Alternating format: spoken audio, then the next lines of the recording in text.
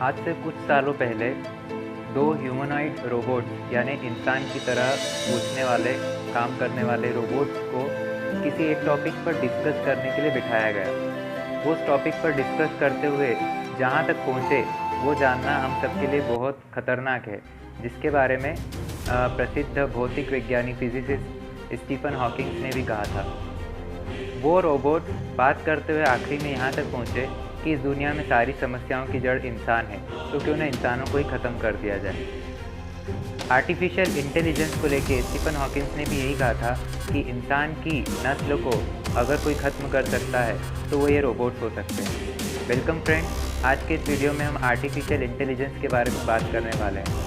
Artificial intelligence मतलब कृत्रिम बौद्धिकता। इस पूरी दुनिया में केवल इंसान ही एकमात्र ऐसा प्राणी है जिसके पास सोचने, समझने, विश्लेषण करने और निर्णय लेने की क्षमता है। लेकिन इंसान इससे ही संतुष्ट नहीं है।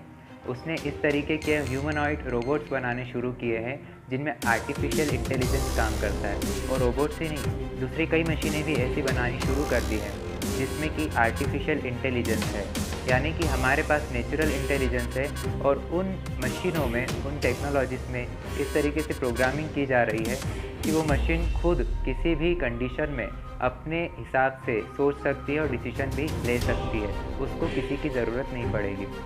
आर्टिफिशियल इंटेलिजेंस की बात करें तो कुछ समय पहले भारत में RAISE रेस 2020 नाम का एक प्रोग्राम शुरू हुआ, जिसका उद्घाटन करते हुए PM नरेंद्र मोदी ने कहा कि वो भारत को एक ऐसा देश बनाना चाहते हैं जो पूरी दुनिया में AI के लिए एक ग्लोबल हब बन जाए। जिस तरीके से मैन्युफैक्चरिंग के लिए चीन की शरण में पूरी दुनिया जाती है, उस तरीके से आर्टिफिशियल इंटेलिजेंस के लिए वो चाहते हैं कि भारत पर पूरी दुनिया डिपेंड हो जाए। न केवल यहाँ पर आर्टिफिशियल इंटेलिजेंस का इस्तेमाल हो, बल्कि आर्टिफिशियल इंटेलिजेंस की आउटसोर्सिंग भी भारत से हो। इस संबंध में इन्फोसिस के पूर्व CEO विशाल सिक्का का कहना है कि भारत में अगर शिक्षा प्रणाली से इसे जोड़ दिया जाए तो अगले 25 सालों में ही इस क्षेत्र में भारत खलबली मचा सकता है। दोस्तों, आर्टिफिशियल इंटेलिजेंस में सबसे आगे अमेरिका है, जहां 2000 से ज़्यादा कंपनियां इस पर काम कर रही है। वर्तमान में भारत में सिर्फ 152 कंपनियां इस काम में लगी हुई हैं। आर्टिफिशियल इंटेलिजेंस क्या हमारे लिए फ़ायदेमंद है? जैसे हमने इस वीडियो की शुरुआत करी तो वहाँ से सोचने पर ये खतरनाक लगता है, लेकिन इससे कुछ फ़ायदे भी होने वाले हैं। पहला फ़ायदा कारखानों में होने वाला है। जिस तरीके से कुछ काम होते हैं जिनमें इंसान अगर करता है तो बहुत समय लगता है, जैसे किसी मोटर रेसिंग कार जो होती है उसमें टायर फिक्स करना, अगर एक हम रोबोट करें तो बहुत समय और लागत बच सकती है। तो इस तरीके से कारखानों में इनके इस्तेमाल से फ़ायदा हो सकता है। दूसरा फ़ायदा बीमारियों में हो सकता है। किसी भी इंसान के शरीर की पूरी जानकारी देकर उसे 5 या 10 साल पहले ही ये बताया जा सकता है कि निकट भविष्य में उसे कौन कौन सी बीमारियाँ हो सकती है, जिससे वो उससे बचने की कोशिश कर सकता है।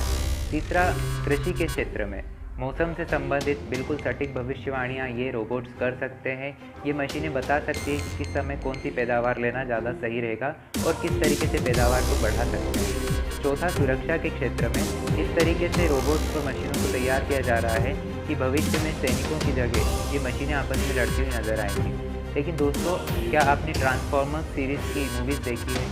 उसको देखकर हमें पता कर सकते हैं कि ये रोबोट्स अगर कंट्रोल से बाहर हो जाए तो किस तरीके से हमारे लिए ख़तरनाक हो सकते हैं। यही खतरनाक बातें या यही इनके खतरे हैं। पहला खतरा ये है कि अगर गलती से भी अमेरिका में चलने वाले किसी आर्टिफिशियल इंटेलिजेंस प्रोग्राम ने अगर गलती से कोई सिग्नल पकड़ लिया और परमाणु हमला करने वाली मिसाइल फायर कर दी, तो उसका क्या परिणाम हो सकता है, हम सब सोच सकते हैं। या इन सिस्टम्स को अगर आतंकवादियों ने हैक कर लिया तो इसका वो क्या इस्तेमाल कर सकते हैं, हमसे छुपा हुआ नहीं।